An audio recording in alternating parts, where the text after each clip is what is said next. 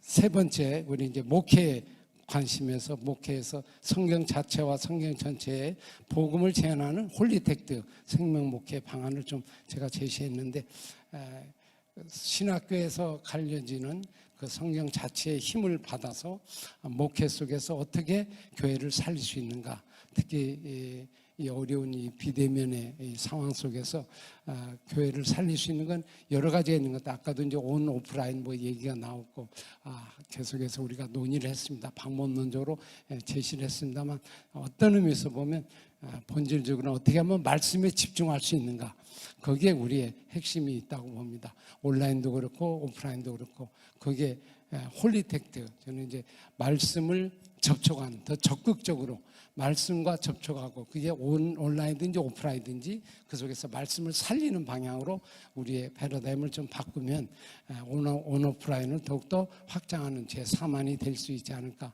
생각합니다. 첫 번째 부분에 이제 우리가 흔히 교회에서 관심 있는 게 예배잖아요. 공동체 예배인데, 공동체 예배가 몸으로 드리는 함께 거룩한 공동체 예배인데, 이 예배를 공적인 예배인데요. 저는 이제 개인적으로 그런 생각이 들어요. 오히려 예배를 디지털화하기보다는 아날로그로 좀 돌아가는 것은 어떨까 하는 생각을 가집니다. 예배만이라도 아날로그를 경험해야 그냥 그 속에서 이 오프라인 속에 이 기계적인 이 디지털을 이길 수 있지, 만약 그렇지 않으면 디지털화돼서 우리가 정말 영적 어떤 영지주의, 디지털 영지주의 같은 그런 상황으로 우리가 나갈 수 있지 않을까, 이런 생각에서 이 교회 안에서만이라도 좀 아날로그적인 그런 훈련들을 해나갈 때 그게 진짜 디지털을 우리가 사용도 하면서 거기서 이겨나갈 수 있다고 생각합니다. 유대인들이 보면 전자 디지털을 유대인들이 다 만들었잖아요.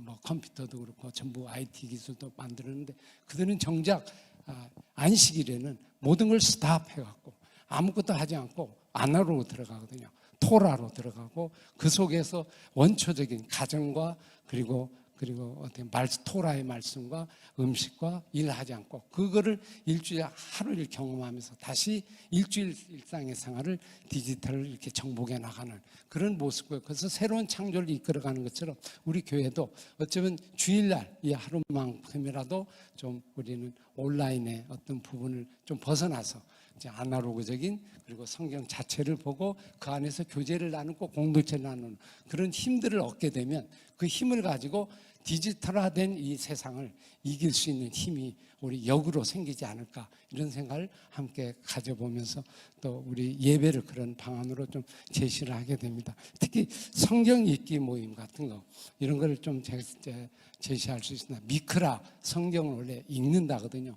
성경을 읽고 선포하고, 그래서 다시 한번 확인하고, 그게 함께 공동체가 들여서, 한 몸이 들여서 서로 어떻게 됩니까? 개인적으로 이렇게 쇼를 보듯이 그렇게 보지 말고 함께 드리는, 함께 참여하는 그런 예배로 만들어가는 몸의 예배, 이게 필요하다고 생각합니다. 특히 제가 이제 세 번째 제시하는 것은 설교의 말씀의 생명력을 불어넣어야 되는데, 생명력을 불어넣는 일 중에 하나가 리텔링, 리텔링. 아까 이게 김영환 박사님께서 기조 강연에 이제 이 부분을 제시했는데 말씀하지 않았어요. 원고는 나왔는데 참 아이러니하게 제가 이 뒤에다 썼는데, 동일하게 참고 문헌을 이렇게 그 교수님이 이렇게 앞에 말씀하셨더라고요. 이제 그 재현하는 새로운 얘기를 자꾸 만들어내려고 하지 말고, 원래 있던 본래 있던 그 이야기를 중심에서 다시 재현하는 것이 교회의 어떤 역할이고, 그게 설교 속에서 일어나는 것이 필요하다 생각합니다. 그렇게 되다 보면 자연적으로 어떻게 돼요?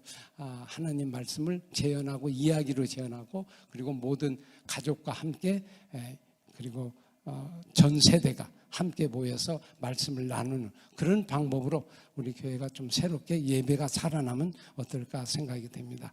이제 그 속에서 한 가지 우리가 좀 생각해 볼 수 있는 게 이야기로 듣는 그런 예배입니다. 지식자나 어른이나 그리고 누구나 젊은이나 노년이나 남자나 상관없이 재미있게 하나님의 이야기 속에 빠져들어서 그 속에서 같이 대화를 나누고 이야기를 듣는 그런 부분이 되면 디지털이 해결할 수 없는 놀라운 그 오랄, 예를 들면 내러티브 이런 부분들이 훨씬 좀 강화되지 않을까 이렇게 생각합니다. 공동체 예배는 그렇게 되고요. 그 공동체 예배를 소그룹으로 나눌 때는 말씀의 소그룹으로 나누는 그런 과정이 그 다음에는 필요하다고 생각할 수 있습니다. 앞에 부분에 소그룹에 대한 부분, 세이비어스나 뭐 이런 것들 쭉 얘기를 했는데 저는 가장 좋은 소그룹 중에 하나는 가정에서 이루는 밥상머리의 어떤 소그룹이라고 좀 생각이 됩니다. 이 부분을 좀 강화해야 되지 않겠나. 일반 소그룹도 필요하지만 이 코로나 시기에는 결국 가정에서 모여서 그 자리가 최종 지점이거든요. 다른 데는 다 막혀도 가정은 막지를 못하는 거예요. 가정을 살려서 가정의 공동체 살리고 가정 예배를 살리고 살려면 같이 가정이 함께 모여서 언약 가족 밥상머리를 같이 가지면서 거기서 교회의 본질을 살리고 교회의 회복을 살리고 또 우리의 존재를 다시 살리는 신앙이 살리는 그런 자리가 필요하다고 생각합니다. 그래서 사실 제가 이제 코로나 위기 속에서 참 뭘 할까 하는 고민 가운데 마침 이 과천소망교회 장인성 목사님과 이렇게 만나게 돼서 올 8월부터 다시 한 가지 이제 이 위기를 시작하는 어떤 운동을 하나 같이 해보는 것이 밥상머리 가족입니다. 행복 가족 밥상해서 가족을 통해서 말씀이 살아 움직이고 그것이 나중에 점점 살아서 교회 전체로 움직여서 살아가는 방법으로 한번 세팅을 해보자. 그래서 그 일들을 좀 이렇게 만들어가고 있고 지금 3개월째 같이 해오고 있습니다. 각 가정들을 어떻게든지 교회로 작은 교회로 세워서 일종의 한 300교회를 개척하는 가정교회를 개척하는 거죠. 가정교회가 이루어지면 그것도 또 다른 개척교회가 될 수 있는 그런 의미에서 가정을 세워나가는 자리로 함께 우리 목사님과 만들어가고 있습니다. 이제 좋은 결과가 있어져서 많은 사람에게 좀 희망이 됐으면 하는 생각을 갖게 됩니다. 특히 이제 이번에 같이 이렇게 목회자들이 같이 나와서 예를 들면 수요 예배 같은 데는 말씀을 같이 성도들하고 예배당이 밥상머리처럼 이렇게 차려지고 앞에 이제 담임 목사님도 계시고 부목사님도 저도 있고 같이 이렇게 공동적으로 같이 말씀을 나누고 그다음에 청중들도 주고받고 이렇게 하는 마음에서 가정 예배를 좀 모델로 본을 보이면서 만들어가는 그런 시도를 하고 있습니다. 이제 그런 것들도 하나의 모습이라고 생각할 수 있고 그리고 가족 개인 소모임도 역시 그와 동일하게 생각하면서 말씀 묵상 모임이나 그리고 개인적인 제자 양육 이런 건 따로 베이트 미드라시처럼 학교를 세워서 또 부모 학교와 이런 교육자 학교들 세워서 말씀을 계속 나누고 경험하고 하는 구조로 나가게 되면 아무리 어려운 일이 있더라도 나중에 다시 위드 코리아 돼서 다시 원래 돌아간다 할지라도 그 교회 속에서 말씀 자체가 있다고 하면 말씀으로 계속 회복하는 운동이 일어나면 아마 힘 있는 그 능력 있는 모습이 되지 않을까 이렇게 생각이 돼서 지금 이 부분을 좀 해오고 있습니다. 그 다음에 세 번째 부분이 한 가지 일단은 홀릭센터 홀릭텍트 센터 이렇게 얘기했는데 홀릭텍트는 뭐냐면 하나님의 나라의 교회를 세워나가는 그런 측면이죠. 이제는 온오프라인 언제 교회가 막힐지도 모르고 못 모일지도 모르고 어디 갈지도 모르거든요. 이제는 모두가 하나님 나라의 관점에서 혼자 교회를 세울 수도 없고요. 그리고 혼자 나아갈 수도 없는 그런 구조 속에 있습니다. 그렇다고 하면 모든 교회가 연대해서 함께 이 교회를 세워나가는 그런 측면에서 결국 함께 할 수 있는 공동체가 함께 할 수 있는 그런 어떤 센터를 만들어서 거기서 어려움과 이웃들도 돕고 또 우리 주변에 있는 사람들도 돕고 또 거기서 자녀 교육도 세우고 또 함께 부모 교육도 세워나가고 그리고 지역과의 목회자의 모임도 같이 갖고 이래서 연대할 수 있고 연합할 수 있는 그런 홀릭텍트 센터가 이런 걸 특히 이제 대형 교회나 좋은 교회가 중심으로 가천교회, 소망교회도 이제 이런 거를 좀 꿈꾸고 있는데 그렇게 나가면서 하나님의 나라를 좀 이뤄나가는 그런 우리의 모습이 되면 좋지 않을까 이렇게 생각이 됩니다. 특히 이제 그 173페이지에 보시면 그 1세기 초대교회 교인의 수가 그렇게 많지 않았다고 하거든요. 그러니까 갈라디아 지역의 교회가 한 200여 명이 되었다고 이렇게 어느 학자는 이렇게 주장하는데 뭐 정확하지는 않지만 그래도 많지 않는 수였지만 그때 당시 초대교회가 이렇게 부흥했을까 하는 거는 거기에서 제자 삼는 사역으로 끊임없이 훈련해서 그게 전적으로 전 지역으로 이렇게 퍼져나가는 교회 부흥이 일어났다 이렇게 생각할 수 있습니다. 그래서 오늘 우리들도 정말 교회와 신학교와 그것이 이제 함께 연대해서 신학교가 새롭게 교회를 이어져가고 그 교회를 살리는 방향으로 신학교의 구조 자체가 좀 바뀌어 나가지 않을까 생각합니다.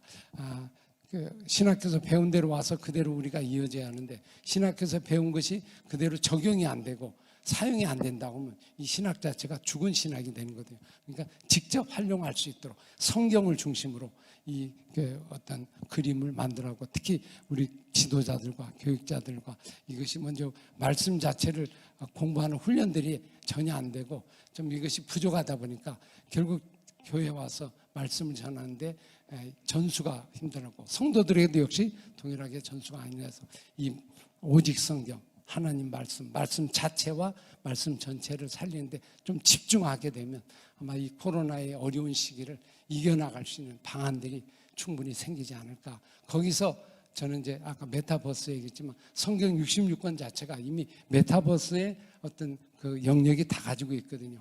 그 자체를 살리면 굳이 세상에 있는 메타버스가 아니고 말씀 안에서 메타버스가 일어나서 그 안에서 여러 가지 콘텐츠를 개발하고 만들어서 공유해서 하나님 나라가 이 세상에 든든히 서나가는 그런 방향으로 제시하면 참 좋지 않을까 이렇게 생각이 됩니다. 그래서 제가 마지막 마무리 부분들 한번 175페이지 마치면서 우리 이제 장인선 목사님 잠깐 나오셔서 함께 마지막 이렇게 말씀하도록 그렇게 하겠습니다. 마치면서 제가 그냥 읽으면서 같이 만들겠습니다. 신학과 교회는 오직 성경을 신학교와 교회 속에서 재현하는 생명 공동체다. 새로운 것을 추구하고 새로운 이야기에 갈망하는 것이 아닌 이미 주신 복음에 집중하고 다시 성경으로 돌아가는 길이다. 그것을 위해서는 성경 자체와 성경 전체가 한 가지 대안이라고 본다. 말씀 자체에 집중하면 그 말씀이 신학교와 교회를 움직일 수 있다. 이미 주신 복음과 예수 그리스도의 성경의 믿음으로 집중하면 하나님 은혜가 임하며 그것으로 하나님께 영광을 올리면 하나님이 기뻐 받으실 것이다. 신학은 체계가 아니라 하나님과 사람과 세상의 관계를 맺는 시간이다. 말씀을 응하는 일에 부름받은 목회자를 세워서 교회를 파송하는 모짜레 같은 그 신학이 다시 한번 새롭게 되지고 그 신학은 지도가 아니라 여행 자체며 교회는 정착된 곳이 아니라 살아 움직이며 이동하는 생명 공동체다. 목회는 부름받은 성도를 맡아 하나님 나라까지 잘 인도하고 격려하고 돕는 일이다. 주님 오시는 그날까지 그리스도를 바라보면서 믿음의 시선을 하나님께 고정하고 격려하고 힘을 부여하여 천국까지 가도록 하는 친구다. 그래서 오늘 우리도 절대적인 이 하나님 말씀을 상대적인 것에서 증명되는 게 아니고 절대적인 힘을 얻어서 그걸 가지고 이 상대적인 사회 계속 변하는 세대에서 변하지 않는 이 말씀으로 승리를 하는 우리 모든 교회가 되고 한국교회가 되는 그런 부분이 되면 좋겠다 생각이 됩니다. 오늘 특별히 이렇게 여러 가지 정말 온택트 목회와 또 이제 개혁주의 생명신학 이 부분과 같이 목회와 정맥에서 같이 함께 말씀을 나눴습니다. 예, 감사합니다.